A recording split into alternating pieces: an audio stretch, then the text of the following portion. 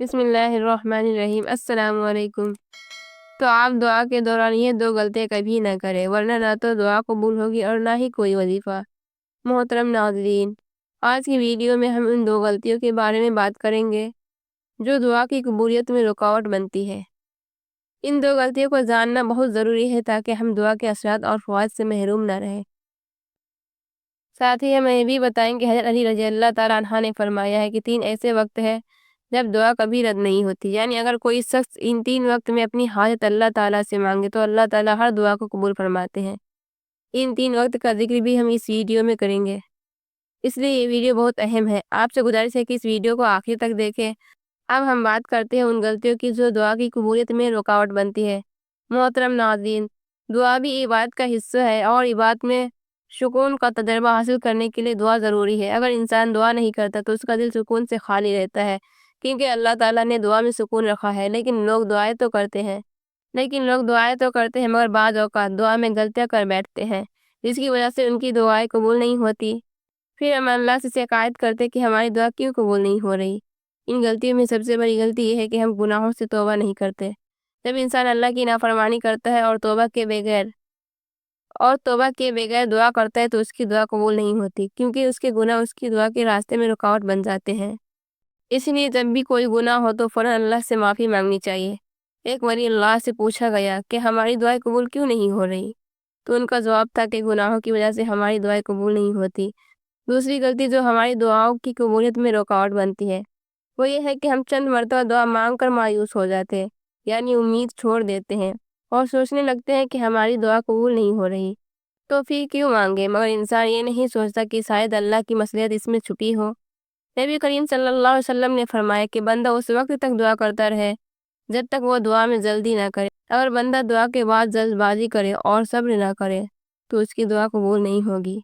اس لیے ضروری ہے کہ دعا کرنے کے بعد صبر کیا جائے تاکہ دعا کی قبولیت کی راہ ہموار سکے۔ اب ہم آپ کو بتاتے ہیں کہ وہ 3 اہم وقت کون سے ہیں جن میں اللہ تعالیٰ اپنی مخلوق کی دعا رد نہیں کرتا۔ حضرت علی رضی اللہ تعالیٰ عنہ نے فرمایا کہ 3 ایسے وقت ہیں جب اللہ بندوں کی دعا کبھی رد نہیں کرتا۔ پہلا وقت وہ ہے جب انسان کا جسم کانپنے لگے، یعنی جب وہ سخت خوف یا گھبراہٹ میں ہو، اس وقت مانگی گئی دعا کبھی رد نہیں ہوتی۔ دوسرا وقت وہ ہے جب اللہ کا خوف دل میں آ بھرے اور انسان دل کی گہرائیوں سے اللہ سے کچھ مانگے تو اللہ اس کی دعا ضرور قبول کرتا ہے۔ تیسرا وقت وہ ہے جب انسان کی آنکھوں سے آنسو بہنے لگے، یعنی انسان دل کی شدت سے اللہ سے کچھ مانگے، اس وقت بھی دعا کبھی رد نہیں ہوتی۔ اب ہم آپ کو ایک ایسا وظیفہ بتائیں گے جو اگر آپ 11 دن تک رات کو پڑھیں گے تو انشاءاللہ آپ کی ہر حاجت پوری ہوگی، آپ کے گھر میں خیر و برکت ہوگی، سکون ہی سکون ہوگا اور اللہ کی غیب سے مدد آئے گی۔ اس وظیفہ سے آپ کے گھر میں رحمت اور برکت کا نزول ہوگا۔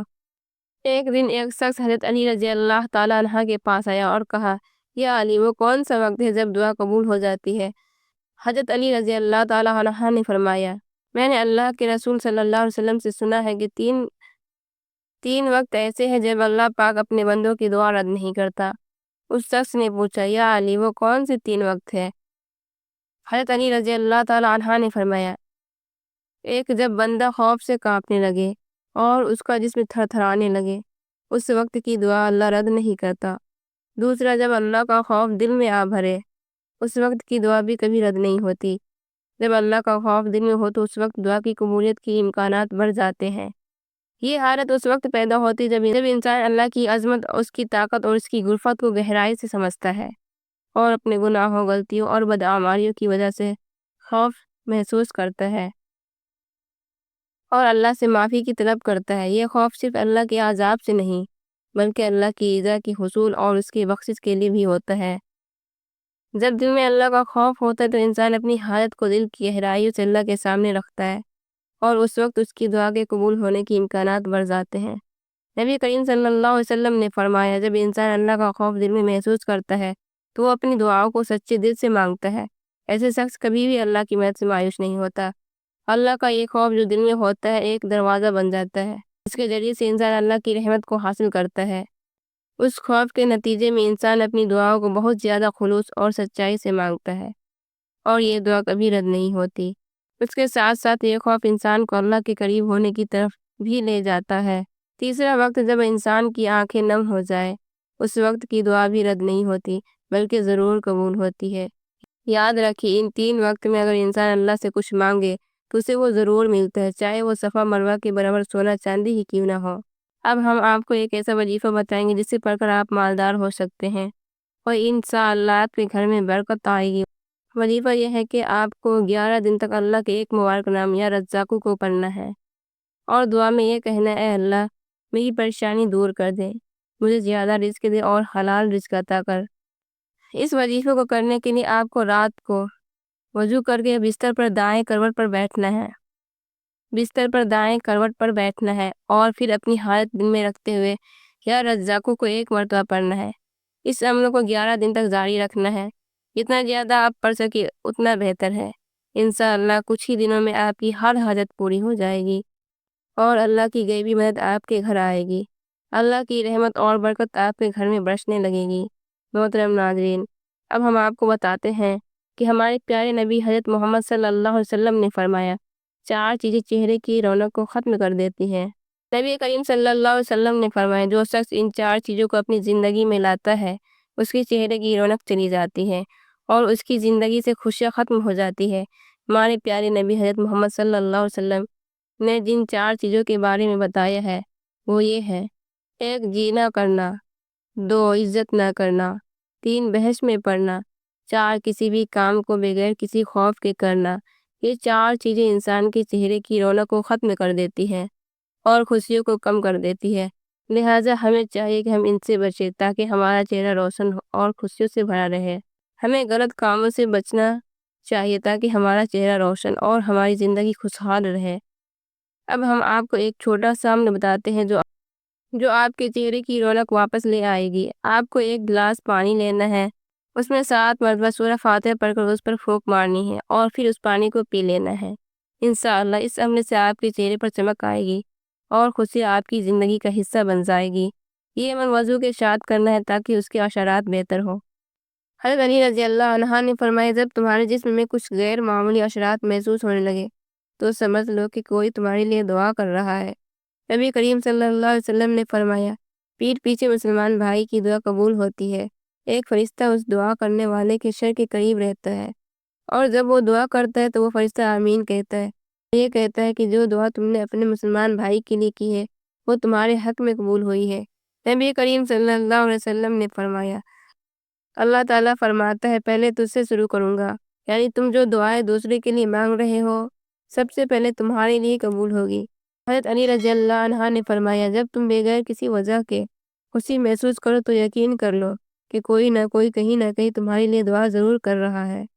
نبی کریم صلی اللہ علیہ وسلم نے فرمایا 5 دعائیں ضرور قبول کی جاتی ہے: 1 مظلوم کی دعا، 2 حاجی کی دعا، 3 مریض کی دعا۔ ایک اور حدیث میں ہے کہ مریض کی دعا کا جواب فوراً ملتا ہے اور اللہ کی رحمت اس پر نازل ہوتی ہے، یعنی مریض کی دعا فوراً قبول ہوتی ہے۔ یہ دعائیں خاص طور پر جب انسان بیماری یا تکلیف میں ہو اللہ کی طرف سے بہت زیادہ قبولیت کا دروازہ کھولتی ہے۔ 4 مجاہد کی دعا، 5 مسلمان کی وہ دعا جو وہ اپنے مسلمان بھائی کے لیے غیر موجودگی میں کرتا ہے۔ حضرت علی رضی اللہ عنہ فرماتے ہیں خوشی کی حالت میں تمہیں یقین ہو کہ کوئی تمہارے لیے دعا کر رہا ہے۔